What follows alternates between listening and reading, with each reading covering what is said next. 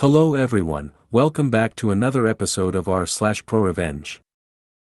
In today's episode, my £8.50 revenge on my cheating, thieving ex.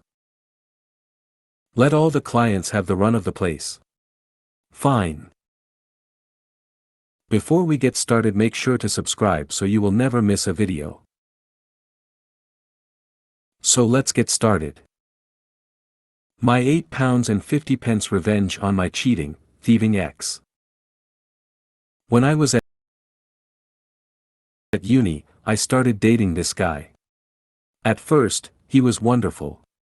Dedicated to his studies, fun to be around, attentive, and always surprising me with things, working hard at his job, etc. Then, bit by bit, things unraveled. He started skipping classes. Then he barely bothered to go at all. Worse still, he never helped around the house. Never washed up, cleaned up, did laundry, nothing. He was even fired from his job for too many no-shows. All he wanted to do was sit at home and play Xbox or browse the message boards and forums. This was in the days before social media, when dinosaurs roamed the earth. This left me having to pick up extra shifts, sometimes double and triple shifts, all while going to class and studying. I later learned that this was a pattern for him. He'd be really dedicated to whatever he set his heart on, but then get bored, and fall back into old bad habits. Then he'd find a new passion, and rinse and repeat. I knew I should have ended the relationship much sooner, but I held out hope that he would snap out of it, that maybe it was just exam stress getting to him. I desperately wanted things to go back to how they were. But it was not meant to be. I caught him cheating and threw him out. I was so stressed with everything that it wasn't until the next day that our joint savings account crossed my mind. There was a little over £5,000 in there, and bar a few hundred from him, the rest was money I had saved. I checked the account, and it was all gone. My ex had cleaned out the account and moved into a new flat with his side chick. I called the bank. There was nothing they could do. He was authorized on the account. I contacted the police. They told me there was nothing they could do since it was a joint account, so nothing criminal had happened. They suggested taking it to civil court, but said I'd probably spend more money than I got back in legal fees, so it likely wasn't worth it. My ex had stolen £5,000 and there was nothing I could do about it. I felt like such an idiot. I got even angrier when I saw his posts on various forums boasting about his new game consoles, new games, new TVs and gadgets. All bought with my money. I'm not usually a vengeful person. Petty on occasion, sure, but I've never wanted to exact revenge as much as I did right then. And I knew just how to do it. While I was a student, I tempied every summer to help pay for my studies. One such job had been for a debt collection agency. The work was as sh*tty as you can imagine, but it paid really well, and it was only for a few months. My ex had been dodging debt for many years, and he was very proud of that fact. He was also proud of the fact that his debt was close to being statute barred and he hadn't paid a penny. For those of you who don't know, in the UK, creditors have about 6 years to collect a debt, and then it becomes statute barred. That means the money is still owed, but creditors have no legal way to enforce payment, such as using bailiffs. My ex was a few months away from reaching statute barred status. However, what a lot of people don't know is that making a payment on that debt resets the clock. If you pay any amount, then that 6 years starts from scratch. Previously, I had used my insider knowledge to help him dodge the debt. Now, I would use it to hit him where it hurt. By the end of our relationship, I was handling everything, including his debts. I had the paperwork, so I knew who he owed and how much. I called his creditors up. I was honest and said I was a friend calling to make a payment on his behalf. I didn't pretend to be him because that would be a big legal no-no. They weren't allowed to disclose any details, but they were able to take payment.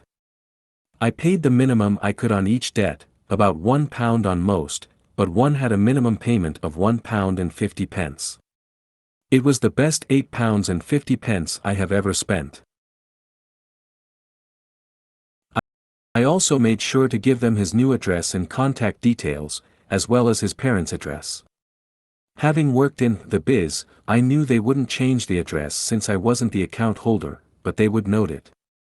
They had various systems where they could search for his name against that address and see if anything came up. If they got a hit, they'd change the address. The trap was set. All I had to do was wait. A few months rolled by. Then it happened. His posts on the forums went from boasting about his new gaming PC to panic about a court date. He called me and begged for advice. I told him to F off. Seeing I wouldn't help, he asked for advice in the forums. One of his online friends told him not to turn up to court, that way they wouldn't be able to prosecute without him there. It was terrible advice that was 100% untrue. In fact, not showing up is one of the worst things you can do, especially in civil court. This was getting better and better. The court date came and went. My ex, naturally, didn't go. A few weeks later, my ex posted photos of his empty flat.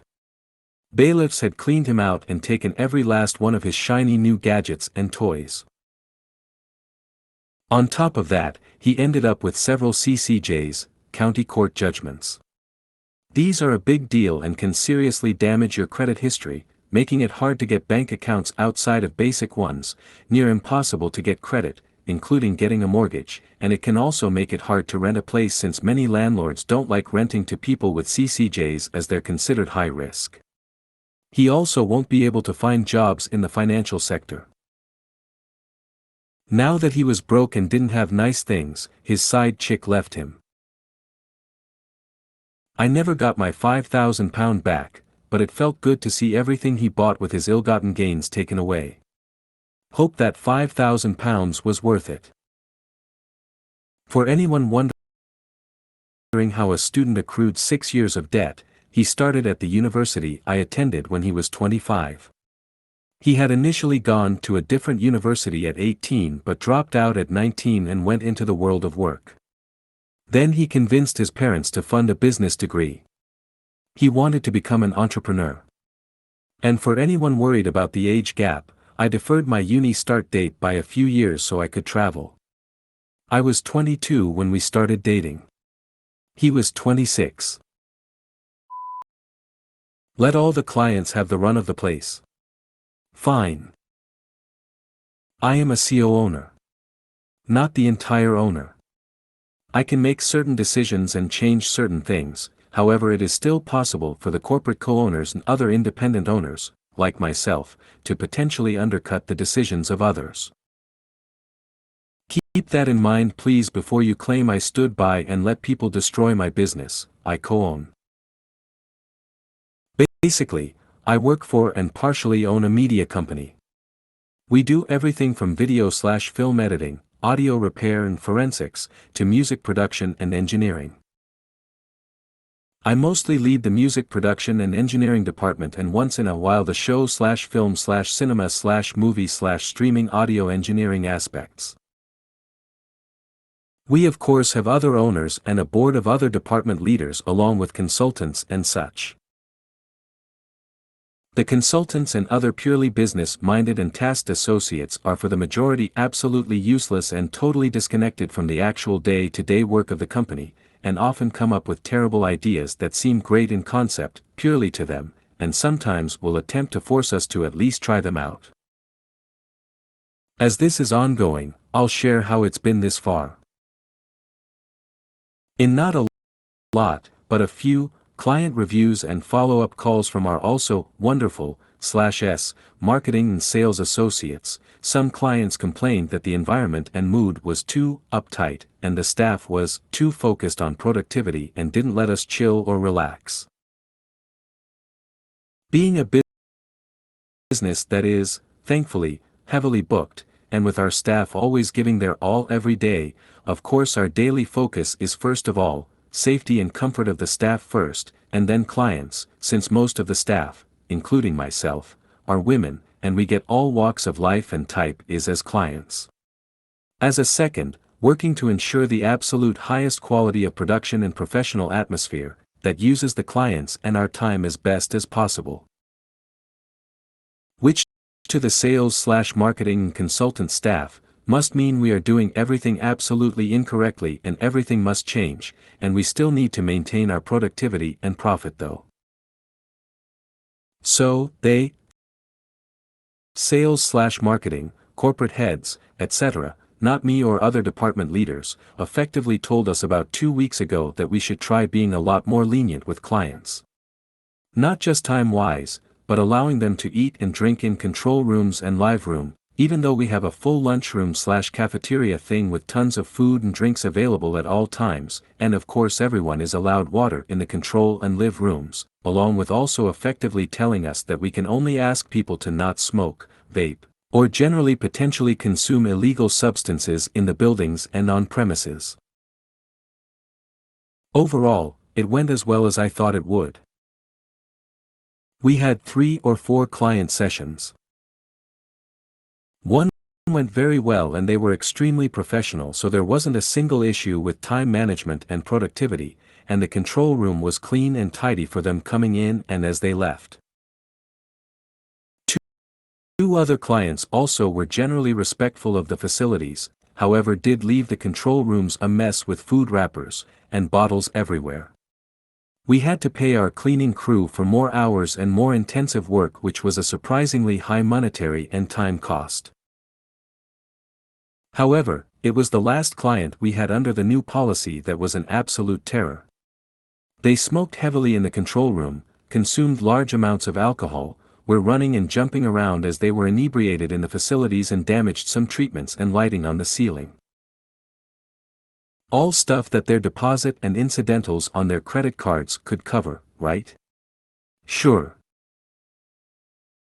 The worst was yet to come though, on the last night of their session, after we had to factor in more cleaning time and basically 2 techs to fix everything they messed with at their own leisure since we weren't allowed to stop them from messing with the patch bays and things in general, they smashed and spilled an entire bottle of something sugary on the mixing console, a recently restored SSL 6K G+.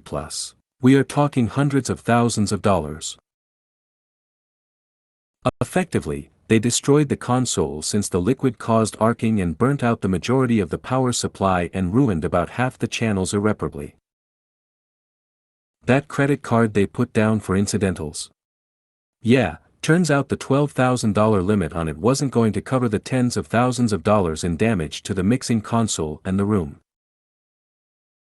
Of course, client disappears without paying or coming up with a payment plan and did not get their final products of course, so now we have to track them down for claims, while the desk and room is currently under repair.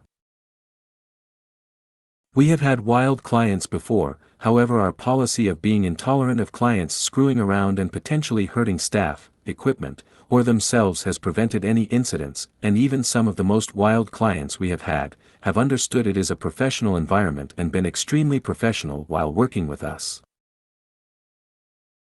Yes, I probably could have shut down the policy changes immediately since I completely foresaw the majority of the issues, however I maliciously complied, as did my staff, to prove in the immediacy and for the future, that the marketing/sales and corporate heads should have zero say on our methodology and policy unless it truly would benefit our staff and clients.